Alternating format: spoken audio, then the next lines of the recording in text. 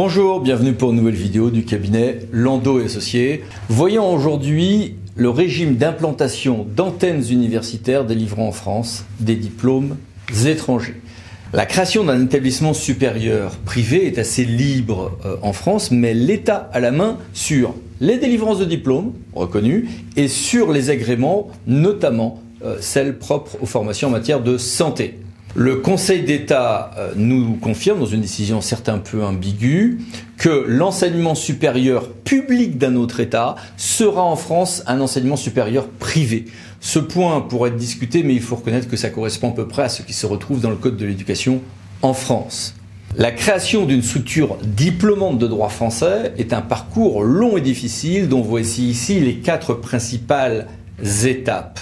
Et à peine de sanctions pénales si on ne les respecte pas.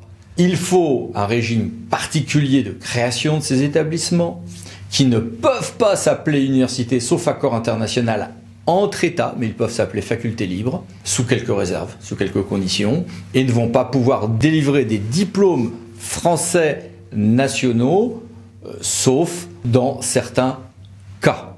Mais il y a une solution pour héberger des universités étrangères en France sans en passer par toutes ces contraintes, et plusieurs personnes publiques, collectivités territoriales françaises notamment, sont en train de s'y mettre. C'est pour ça que je vous en parle, y compris pour des études de santé. Alors, ce contournement tout à fait légal ne peut pas être de créer une structure avec des cours et en France et à l'étranger de manière aussi transparente que cela. Mais d'autres jurisprudences, Cour administrative d'appel de Paris 23 août 2019, Cour administrative d'appel de Nantes 10 décembre 2021, autorisent un autre montage qui est intéressant et qui est celui justement qui commence à être mis en place en France en plusieurs endroits. Enfin, au moins un endroit déjà opérationnel et d'autres en cours.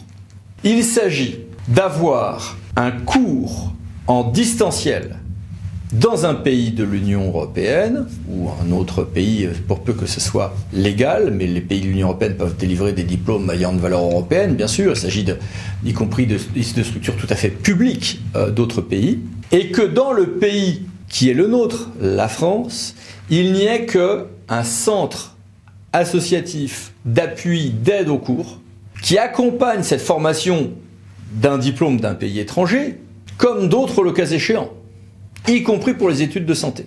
Évidemment, ces cours de l'association locale de droit français, 1901, loi de 1901, vont avoir leur propre organisation, leur propre circuit financier qui ne seront pas mêlés avec ceux de l'université étrangère. Il ne sera pas obligatoire d'être à l'université étrangère pour suivre les cours de soutien de l'association et réciproquement, c'est très important. Et on a à ce moment-là un cours donné par l'association qui sera au besoin à des élèves, même d'autres universités, le cas échéant. Et évidemment, en pratique, les universités sérieuses, publiques et européennes qui délivrent de diplômes de droit européen à des gens qui en pratique sont en France et qui en pratique bénéficient de ces cours de soutien, vont aller quand même de temps en temps prendre le train ou l'avion pour suivre des cours et passer les examens dans le pays de cette université. Sur le terrain, se mettent donc en place des diplômes en visioconférence avec un peu de présentiel, notamment pour les passations de diplômes, et du soutien sur le terrain dans des associations qui vont soutenir des étudiants en études de santé, par exemple, vétérinaire, ou que sais-je encore, avec des travaux pratiques, des cours de soutien et autres, y compris le cas échéant pour des étudiants de l'université publique française ou autres. Le tout se combinant, évidemment, avec des bourses données par les structures locales et aux besoins régionales, sans discrimination, selon qu'il s'agit de tel ou tel étudiant. Notamment dans le cas des études professionnelles de santé, il y a des choses très intéressantes en la matière. Voici à l'écran les étapes à respecter en la matière, mais encore une fois, il faut faire preuve d'une grande prudence juridique à ce stade et intégrer les complexités propres à certaines filières, je pense notamment aux études de médecine. Et l'ensemble du processus prend une bonne année, une année et demie, avant que d'être un peu opérationnel, et ça c'est quand tout va bien.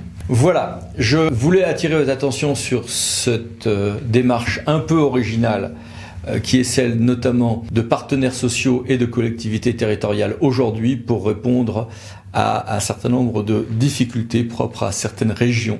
Nous parlons bien là d'un symptôme, hélas, de notre système éducatif qu'il s'agit également de révéler.